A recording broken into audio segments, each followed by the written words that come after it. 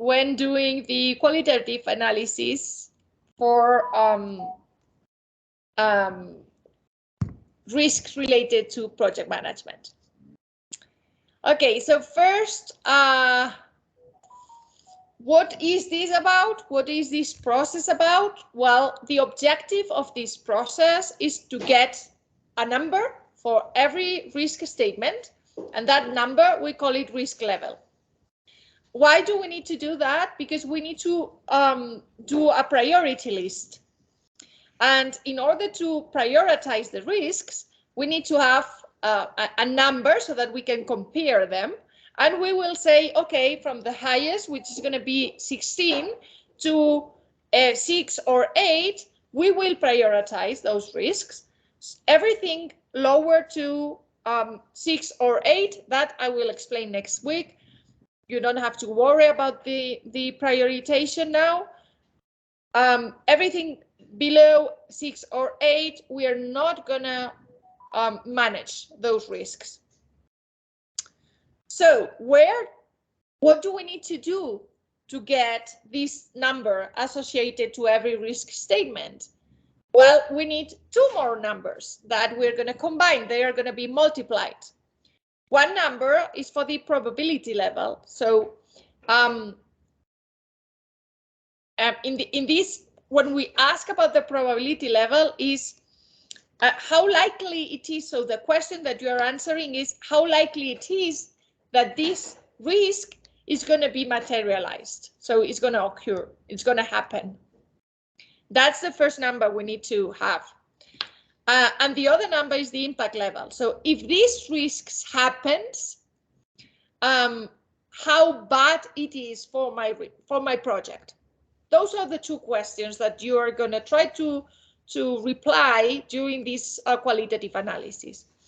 How likely it is that the risk occurs, and if it does occur, how bad it is for my project. Once you have those 2 numbers, you will multiply them, and the result is going to be your risk level. Okay, how to identify or to estimate the probability level? To do that, you're going to focus on your cause. And now I want to say that I'm generalizing. So there may be some risks where you have to look at the cause and the event, but in most of the cases, you just need to focus on the cause. You go to the cause and you say, okay, what data, what evidence can I gather or do I have that will give me an idea about how likely it is that this cause really happens? So, for example, you will say, if you have a cause that says that if the government changes in 2 months, you may go to the polls and you'll say, okay, the polls, the most recent polls say that there is a chance of a 60%, there is a 60% probability that the party that is not in government now will win the elections. That's an option. That's a type of evidence that you can gather to sustain your probability analysis. To this type of evidence, we call it probability factor. So the most important thing during this exercise, for this exercise to be correct, is that you are able to find those probability factors that will justify the probability level that you assign to every particular risk. That is like the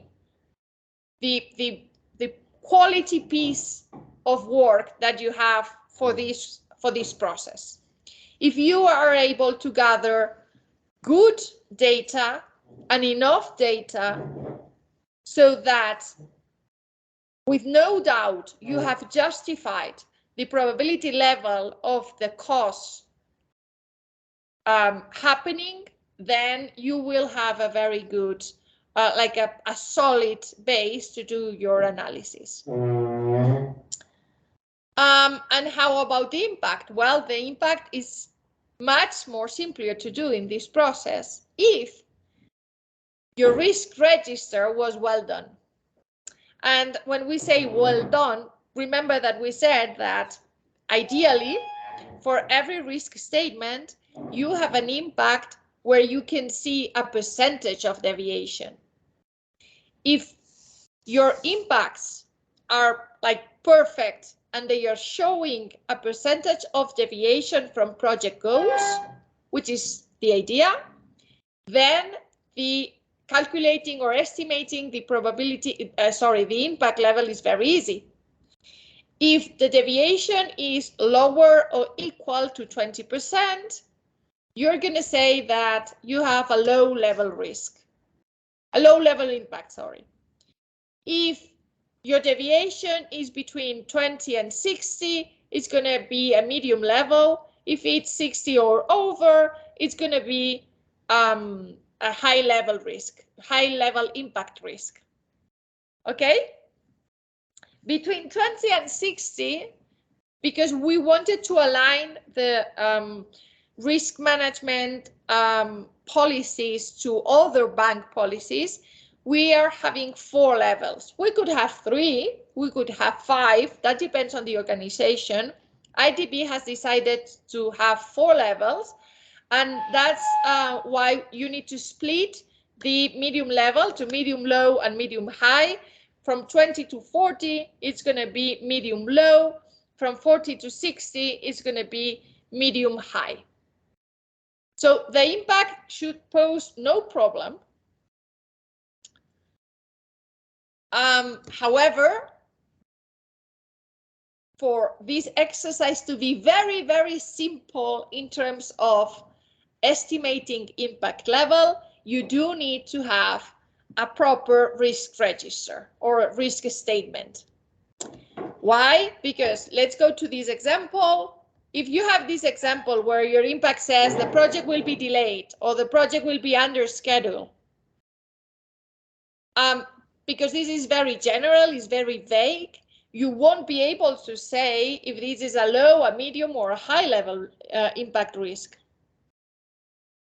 You do need to do the proper analysis and estimate the actual deviation that this event could generate in your project. And once you have the actual estimate of the damage that the risk could do to your project, then you'll be able to do the assessment on the impact level. So instead of the project will be under schedule, you need to identify what is really going to happen to my outputs. That's your event. And once you know what is really going to happen to your output, you'll be able to estimate the deviation generated in your project goals.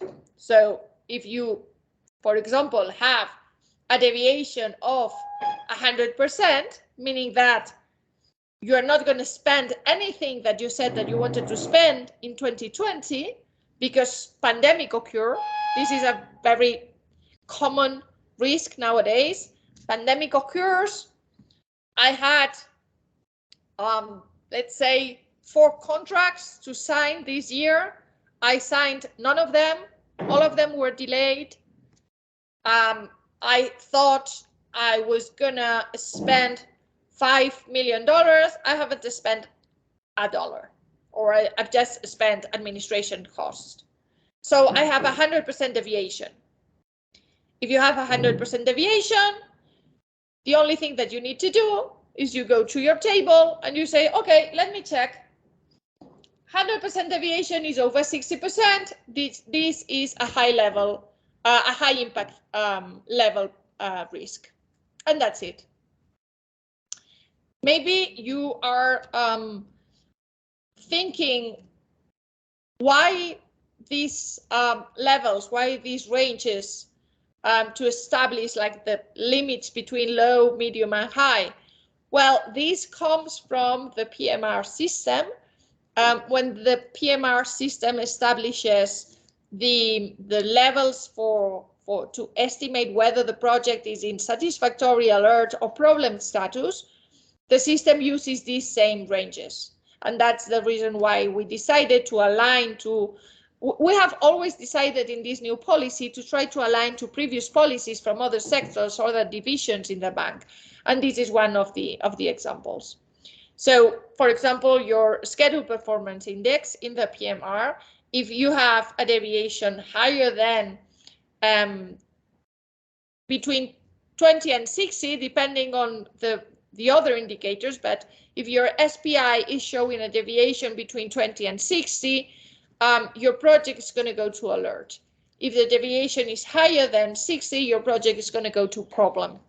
So that's exactly the same thing that we're going to do now here for the qualitative analysis. What about the probability level? We find more problems in the probability level to be properly established because we don't have a percentage in the statement. We need to find that data. But what happens if your cost is not well registered? Like in the example, for example, if you say if the design is delayed, even if you are able to gather a lot of information about duration and accuracy in the delivery of designs from the Ministry of Works to the Ministry of Education, even if you do have that information, you won't be able to analyze the level, the probability level for this particular risk, because your cost is not specific, it's not time bound. So even if you know that, for example, okay, in 90% of previous cases, the Ministry of Works needed 10 months to deliver a design for a school. Okay, does this mean that your project is going to be delayed? We don't know, because delayed by how much? Delayed by 1 week? Delayed by 10 years? Delayed because we only gave 4 months to the Ministry of Works to do the design and it takes the ministry 10 months to do it? Delayed because they've already spent 12 months and we don't have the design? So not only you need to go to the history, to the archives to gather information, you need to do that, but you also need to make sure that your cost is well stated, well registered, that it is time bound and that it has the quality information so that you can really understand how the probability factors are related to your costs. Okay.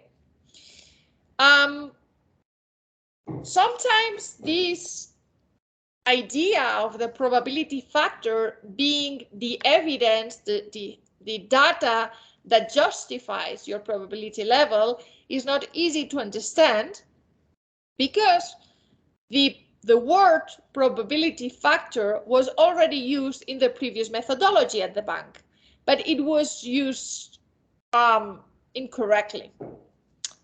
The probability factor was used as the original cause. So we thought that the probability factor was meant to answer the question, why is this happening? Why this cause could affect our project? That's not what we are answering here, because that has nothing to do with probability levels. What we are asking to the probability factor, so that we want that the probability factor answers to us, is what evidence do I have to evaluate the probability of this cause happening? That's what we are looking for. We are looking for the number that will tell me how likely it is that this cause affects my project. Okay, and there you have a very common type of probability factor. So whenever you have a risk related to your procurement processes, or dependencies with other ministries or with other stakeholders, you can use this type of evidence, of data. So you decide to take a look at, for example, 5 years before. That's going to depend on the situation. If I was looking for information now, I would use a lot of years to look for, because if I only use, for example, 3 years, we have had the pandemic, so probably the data is biased because of the pandemic, so it's not going to be so reliable. So I'm going to open the time that I'm going to try to find more evidence for more years, so that the circumstances of those years are more likely to help me now that we are not in a pandemic situation. So let's say that we try to find data for the last 5 years, and we identify that 80% of the designs that the Ministry of Works gave to the Ministry of Education needed 8 months to be finished. So I go back to my cost and I say, okay, I've said that I need this design before June, otherwise there is going to be a negative impact to my project. And today is April, and I asked for the design last month. So I asked for the design in March, April, May, June, 4 months, and 80% of the times I've asked for a design, it took them 8 months. There is no chance that I'll have this design before June. In that case, I'm going to say that this is a high level probability cost to occur. Okay, so if you're able to analyze and synthesize your information, your historic evidence, so that you get a percentage of times that this happened before, then you can use this percentage in the same way that you use the percentage for the impact level. So if it's 80%, 60% or more times that this happened, you're going to say this is a high level probability, so it's going to be a 4. If this only happened less than 20% of the times, then this is going to be a low level risk, and I'm going to give a 1. Yes? Okay, questions?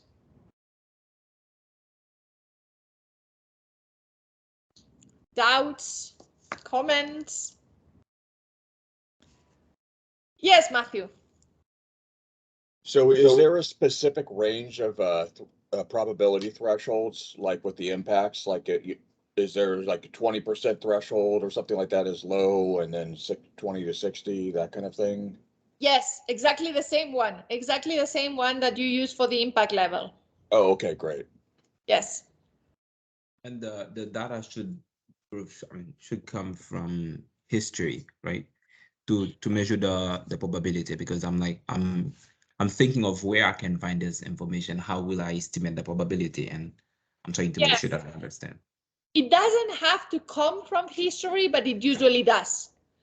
But if you, for example, if you don't have any information and you decide to do some interviews, well, this is why this is a qualitative analysis process.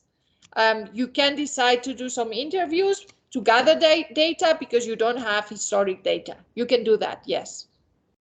What is very important is that this is an objective process of analysis. Many people confuse qualitative, because we say that this is the qualitative analysis process. They think that this can be subjective, but it has nothing to do with subjective or objective. Qualitative, it means that you are using qualitative research techniques, not quantitative research techniques, which has nothing to do with the conclusion being subjective. The conclusion needs to be objective, based on evidence. But the way that you gather your evidence is by qualitative techniques. That's the idea. So yes, you can do, you could do interviews instead of gathering historic information, for example. Yes. Hi. Yes, another question that I have, because I think I've been struggling with that as well for the previous assignment.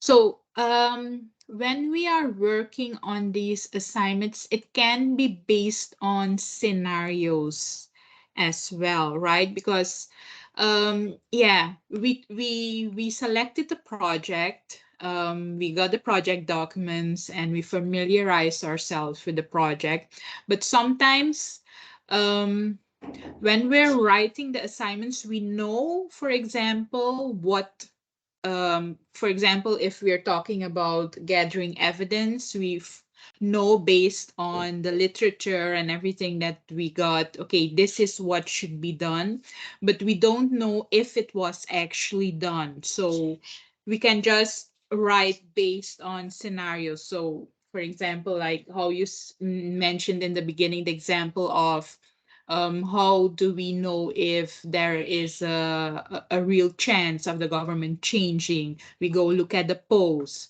So, but we don't have that information. But in our assignment, we can write, for example, that, okay, based on the polls of these dates, there is a real chance that there is a change, there will be a change in the government in the next elections. Yes, yes, definitely. Yes, what we really want is that you comprehend and you know how to apply the methodology. We don't really care about if the information is true or it's not. Of course, it is important that you also learn how to look for the information, where to look for the information, and how to translate the information that you get to a risk management matrix. That's also important.